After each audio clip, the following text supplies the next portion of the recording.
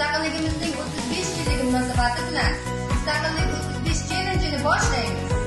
Mustaqillik xalqning erkin va mustaqil yashash huquqidir. O'zbekiston 1991-yil 31-avgustda mustaqillikka erishgan. Mustaqilligimizni asrash har bir fuqaroning muqaddas burchidir.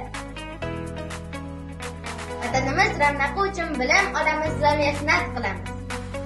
Mustaqillik yurtimiz g'ururidir. Mustaqillik tufayli kundan kunga rivojlanmoqda.